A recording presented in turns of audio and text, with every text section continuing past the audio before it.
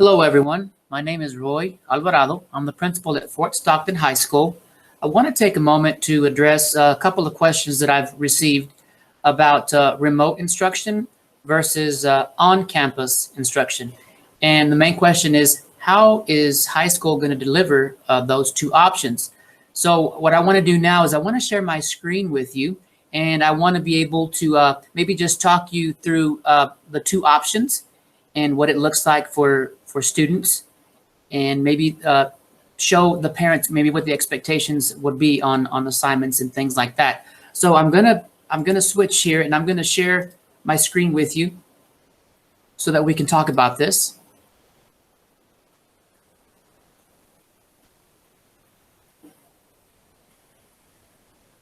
And what you're seeing right now is a copy of the bell schedule for Fort Stockton High School. So first, let me address the on-campus option. As you all have probably heard that, we're going to go through maybe 4 weeks of remote learning, but we're not closing our doors completely. We will continue to serve students that come to campus for instruction, and that's the plan. And so for on-campus instruction, our students are going to obtain a regular schedule, and they're going to go through their day and follow that schedule. So their schedule will look just like this for on-campus instruction. We have our school day starting at 8 o'clock, and it's going to go all the way through 3:30. These are 45-minute classes, which is average, and about a 5-minute passing in between. And so with that said, students will have possession of their personal schedule, and they're going to follow that schedule all day. It's not going to be a situation where they're just going to come here and just do remote learning. The plan is that if you bring your child to this campus, we will let them run their schedule, and they will get to see their teachers, and they will receive instruction that way. Now, the other thing that I want to talk about is remote learning. How are you going to do remote learning? Well, let me show you a schedule for remote learning. Now, this is just a suggestion. There's really 2 ways to do it as far as a schedule goes. And parents, you're kind of in charge of this at home.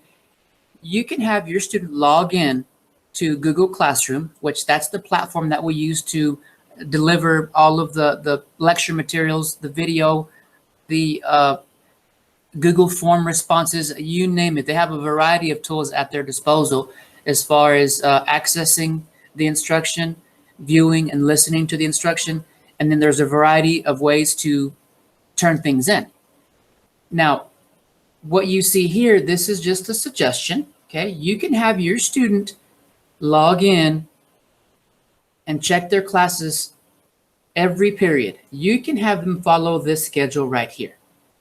First period, 8 o'clock, you can have your child log into Google Classroom and go check what's available for your first period class. And it probably won't take 45 minutes to even do that. But nonetheless, you may want them to stick to this schedule as best as possible. And that will, establish some kind of routine. But that is really entirely up to you. This other modified schedule is just kind of taking into consideration that there are other things going on in the household. There could be other students there. Who knows? So this model here just kind of is suggesting, have an academic block maybe somewhere in the morning. And then also maybe in the afternoon, have another academic block. It doesn't have to be 8 hours, but just reserve some time just for that. And so that's the idea behind this schedule here for remote learning. In the morning, now again, it's a suggestion, wake up, breakfast, maybe get in a little exercise. If you have PE, you can put in the PE time. But somewhere around 10 o'clock, maybe go ahead and log into Google Classroom and let's just log in and see what's available. And the order that the student does the work doesn't really matter. If they want to do math and science in the morning, that's okay. If they want to do electives and maybe English and social studies, maybe later in the afternoon, that's okay too. But there's flexibility in the schedule for remote learners. There's no mandate that they have to log in first period to go do first period class, because it's not live. The instruction that your student is going to get is asynchronous. Asynchronous means anywhere, anytime, not live. So you don't have, again, that mandate that you're going to have to be timed perfectly to catch that online instruction, because it won't be that way. Now, I've put at the end of this schedule, like 6 to 8, you're resting. Some students are off, maybe going to work. They have other obligations. But you could also continue with your schoolwork even a little bit later in the day. It's okay. There will be time for your students to connect with their teacher live. That is totally possible. The first way is that I'm going to post and share with everyone, every teacher and their conference. Conference period is for that. Conferences, it's also for planning and preparation, but it's also a time to connect with students if that's what they need. So students and teachers can set up a schedule where they can connect during that teacher's conference period. That one does have to be locked in, since it will be live. It can be delivered just like this. This is a Google Meet, and I'm recording this session, but this session could be running live also. And parents can do the same. You can connect with the teacher live if you need to in a Google Meet or in a Zoom. The other time that students can connect with their teacher, they can actually connect with their teacher any time of the day and join a classroom live. That's totally okay. It's a little harder to do because of people's schedules at home, but it is possible. And I'll leave it up to the teachers to set that up. Now, the other time to connect live for the extra help, for the small group, for the one-to-one, is actually after school. After school is 3:30, and we have from 3:30 until 4:30 where teachers and students can schedule a time to connect with each other. Students connecting with other students, connecting with their teacher, or just the teacher and a small group, or just one-on-one. All of those are options. That's the perfect time to get that live feedback, that synchronous learning. Synchronous does mean live, where they can actually see and talk with their teacher, maybe get a reteach or get that tutorial session in. The next thing that I want to show you briefly is just the supply list for high school.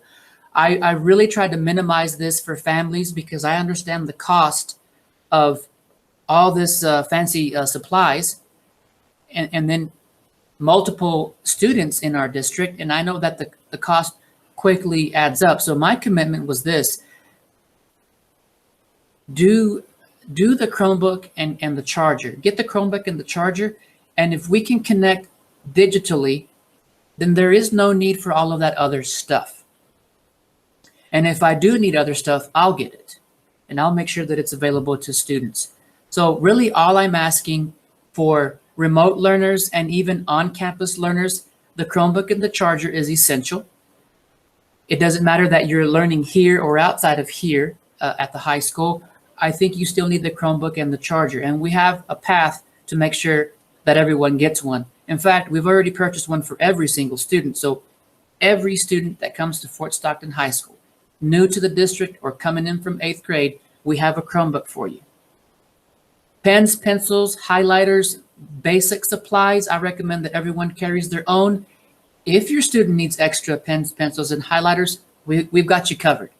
We have enough in stock to give away if we need to, so that you can continue with your learning.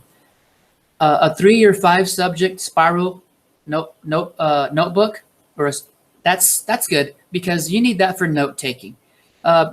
If you don't do the spiral, you can get just a regular 3-ring binder and just add notebook paper, but there's got to be a place in there where you can interact, where you can journal, and you can take notes for yourself as a student. So that's what I would recommend there. The backpack, the clear backpack, that's something that is going to help with transition and is going to help actually with safety in the building, because we're not issuing lockers. Then I have to let you carry a backpack. The Ministerial Alliance has been so gracious to purchase clear backpacks for, I don't know how many they give away, but they gave away a lot.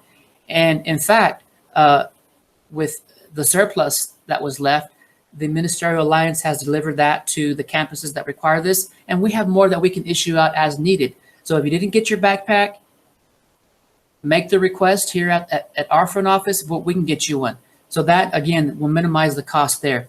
And the last item was colored pencils.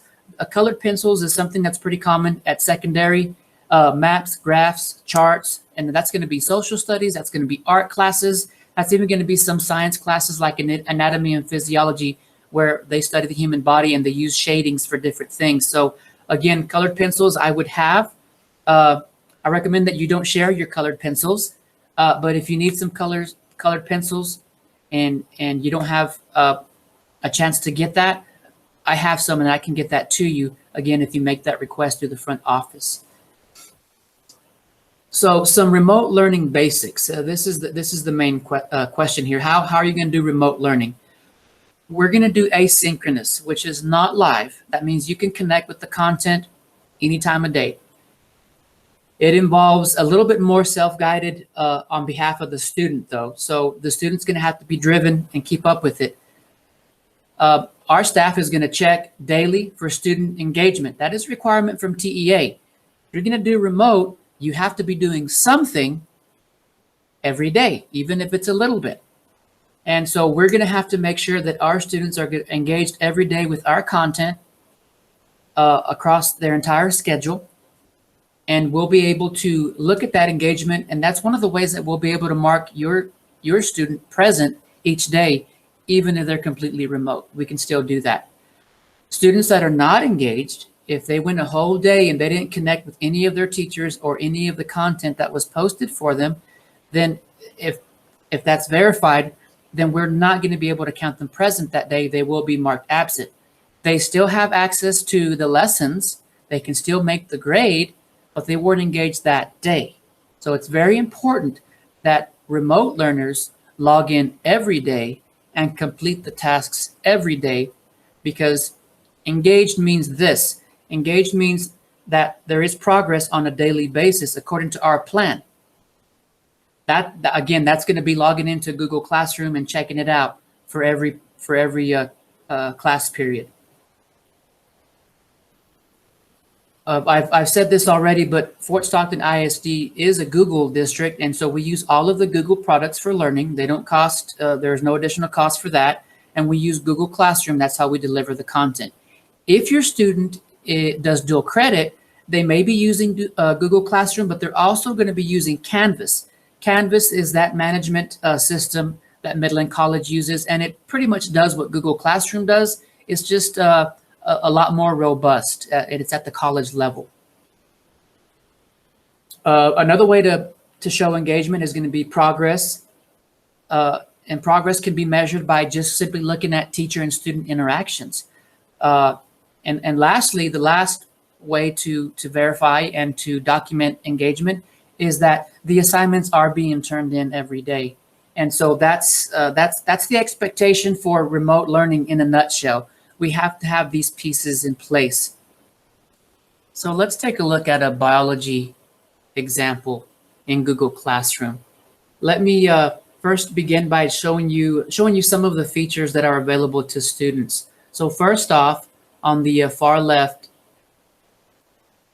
is the main menu. This is where your students can access all of their Google Classroom for every class period. So just a quick list there. You can see some of the classes that I'm involved in. And so students are free to navigate from one subject area to another with just a click. Also, an access to a school calendar is here. Now, this calendar is just another reminder of the assignments that are going out, due dates, when something becomes available. Students have options on setting those alert features to their Google Calendar. The Google Calendar is available to them on their Chromebook. And if students set up their cell phones with the Google apps, they can actually get notifications on their phone as well. Up at the top is the stream. The stream is where all of the information is coming in. It's kind of like the announcements page. So everything will come in here, just announcements, notifications that assignments are ready, due dates coming up. It's all going to happen here like a thread. The next tab is classwork. That is where students go specifically to see what is posted for the day and what are the tasks to be done. There is a people tab. This is where we can add people to the group. And then there's another tab where for grades, students can actually go in there and see their grades on assignments specific to Google Classroom. If they were submitted in Google Classroom, they can be seen here. Eventually, those grades are transferred to the gradebook that all students and parents have access to. Let's look at an example of classwork. There are some things already populated here. Up at the very top is assignment number 1, an introduction to biology. And we've got assignments 2, 3, and 4 already posted. So I want to show you just very quickly what it looks like. The first assignment, it's like here's the checklist. It's a 3-step process. Watch the instructional video, start your science journal, and then lastly, complete and submit the first day survey. So teachers are asking some information from students. That's how they're going to track progress, that this video was played and that survey was completed. So these teachers can easily measure progress and be able to chart growth for that student on that day. Assignment number 2. Now these are all in draft form. We'll push these out and students will be able to see these. Assignment number 2, again, here's the checklist. It's a 4-step process. Watch the instructional video. And by the way, this video is going to match what's happening in class that day. So if your student is a on-campus learner, they are probably watching an episode of that video. This video has been pre-recorded, but teachers are going to be teaching that lesson that day. They're just getting the recorded version of it. The assignments are going to be the same for both on-campus learners and remote learners. Everyone gets to use Google Classroom. And what I like about it is that if your student is an on-campus learner, they still have access to this instructional video. Yes, they were there live for this session, but they have an archive. It's all being archived. They can still go back and watch that video again, play it, replay it as many times as it takes. And these 2 assignments that you see here, which are Google Slides, that's the assignment for the on-campus learner. That's also the assignment for the remote learner. So they truly are integrated, and they're being held to the same standard. Let's take a look at the 3rd lesson. I'll show you one more. Lesson number 3. This one seems to be a 3-step process. Notice there's no video here. It doesn't have to have a video, but this lesson might be building upon the previous lesson. They're simply completing another task. This one is the grouping activity, followed by a login to STEM Scopes. STEM Scopes is a product that Fort Stockton ISD uses for some of the science classes. It is just a huge resource for science digital content. So students can interact with things on that site through that special login. And then lastly here, there's an image here that was shared. Again, that's information. And then lastly, number 3 here is just don't forget to submit your slide. These teachers like to give that reminder because what happens sometimes is that students start working on one of these Google products, a Google Slide, which makes like a slideshow, a Google Doc, which is where you type in responses, or a Google Form, and they've put the effort to actually fill it out, and it's actually done, but sometimes they just forget to submit it or to click done. And so that's a good move by the teachers there. Number 3, hey, don't forget to actually submit it and turn it in. So that's the expectation for a mini lesson, a small instructional episode. If this is the assignment for one student on one day remotely, that's totally manageable. It's very doable. And if students actually take the time to see some of these videos, they're actually pretty short. And that is another very good recommendation that I give teachers is, you really want to make, you can make a short video as long as it's a high quality video. I would rather have a 5-minute high impact, high quality video than a 30-minute, not so interesting, not so impactful video. And so that's a challenge to the teachers, and I challenge them to really do that and make that high quality, that highly effective instructional episode and capture it and be able to share it with everybody.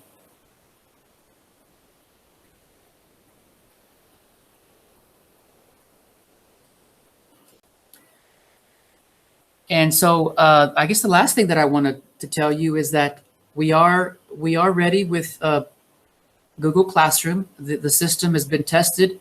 In fact, I used it today with staff just to run a sample. I try to model for them what the expectations are. So it's live, it's running. What we're doing right now is we're populating all the rosters. We're making sure that students, that teachers know which students are theirs, and creating those places to go to in Google Classroom. So when students log into Google Classroom, it might be empty if no one made classes for them. And that's what teachers are working on right now. So that's being populated. I wanted to also show you one more thing. I want to go back to on-campus instruction. And I want to go over maybe the procedures about on-campus instruction. So let's go and look at something really quick. Let me share my screen again with you.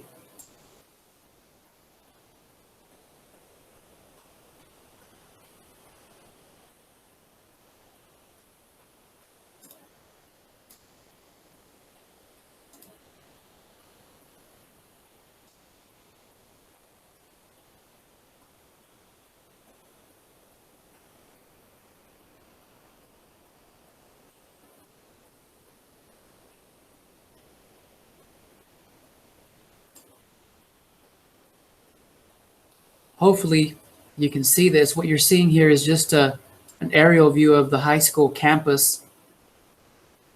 And I want to go over procedures for picking up and dropping off a student. So that really hasn't changed.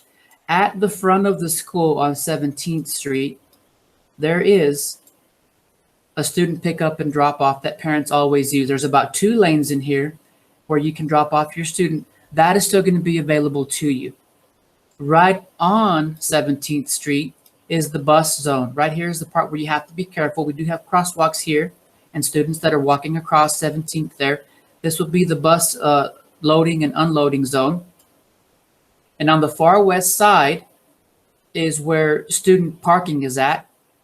Students that have a driver's license and they have insurance and they've already received their sticker, which is available from the front office, you'll be able to park there if you're going to be driving yourself to school. And this area right over here on this side, we've always had this driveway over here, and we'll have cones set up for you. This can be another area for students to be dropped off at. That'll take a little bit of congestion away from, right off of 17th. The only thing that you do have to be careful with here, parents, is that you have students walking across here trying to get to the sidewalk, trying to get over to the building. So that's the part that we need to be careful with. Now, this is important too. We're going to have 2 points of entry because we're going to be screening and checking everyone as they come in. So I'm going to kind of divide that up so I can have smaller numbers. At the main front entrance of the building, where you go to the front office, I want to reserve that for 9th and 10th graders just to kind of split that up. And in the vestibule, the entry there, is where we will screen every 9th and 10th grader that comes in. 11th and 12th graders, there's another main front door. We don't use it very much, but it's the one that goes right up the sidewalk. It's by the auditorium. There's another set of doors over there. That's where we're going to process all juniors and seniors that are coming into the building. These are going to be the only 2 points of entry to get into school. That's where the screening will take place. And once you make it through that checkpoint, you'll be able to come on through into the building.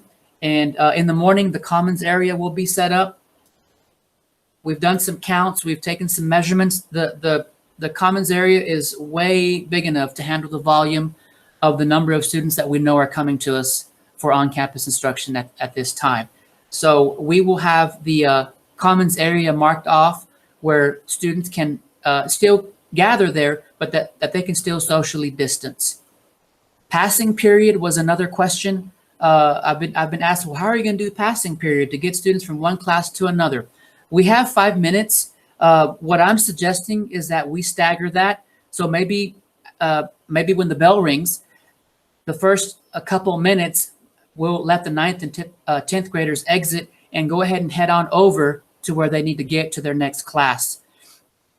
And maybe start to approach that next class. Once the 9th and 10th graders have gotten to their next class, the juniors and seniors right after them will have access to the hallways, and we can like I said, we can stagger that. And the hallways are big enough where we can have, it's a two-way. It can be a two-way street, and we can socially distance. There aren't any visits to the lockers, so there shouldn't be any congregating. Students, you need to go from one class to the next. There is time to make a restroom stop. I'd rather you go ahead and go to class and make arrangements with your teacher to come back out when there's less traffic in the hallway. I'd rather you do it that way. And so take the 5 minutes to get from one class to the other safely, and let's go ahead and start class. Teachers can let you go out as needed to the restroom visit if that's what you need. Now, the other thing that I want to point out is in the past, we had used these west side doors. We're not going to use those anymore. Those are not a main point of entry. So anybody leaving the school and that needs to come back to the school for whatever reason, you're going to have to use these two main points of entry, okay? At the beginning of the day, when we have a high volume of people coming in, I'm going to use both of those front entrances to separate and socially distance. After school has already started, and if anyone needs access to the building, they can continue to use the main office front door. There is a buzzer there. That's the only way that you're going to be allowed in.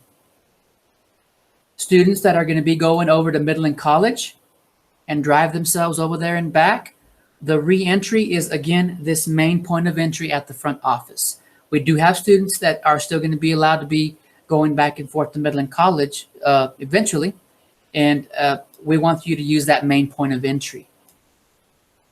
I will make an exception for band class. I understand Mr. Darrington needs his band students to get to him quickly and efficiently in the morning. Mr. Darrington and the band directors are going to be stationed at the band hall west entrance. That's going to be reserved for band students only. They will have a checkpoint over there, and they will take care of screening only the band students through that entrance. There will be no other way to get into the school that's been approved by me besides these two main points of entry. I do have a reserved entry point for staff. It doesn't affect students, but staff will park away over here on their parking lot, and their point of entry is over here. We will have a checkpoint for them too over there. We'll be checking and screening them before they get to come into the building. I'll take care of my office personnel through that main office entry as well. And so I'll leave it there. If you have additional questions, as those questions come up, if you'll leave them in the comments section, we'll gather those, and I'll try to do an FAQ paper sheet for that and post those questions. You're welcome to email me as well. If I can answer your question through an email, I will. If I can't write it or type it well enough, I'll give you a call back. Leave me a number where I can reach you, and I'll call you back and try to explain that. As those questions come in, I'll do this again. I'll put together another video, hopefully a little shorter, and address specific things as we go. So I look forward to interacting with students online and on person. Thank you for your time, and I appreciate your patience.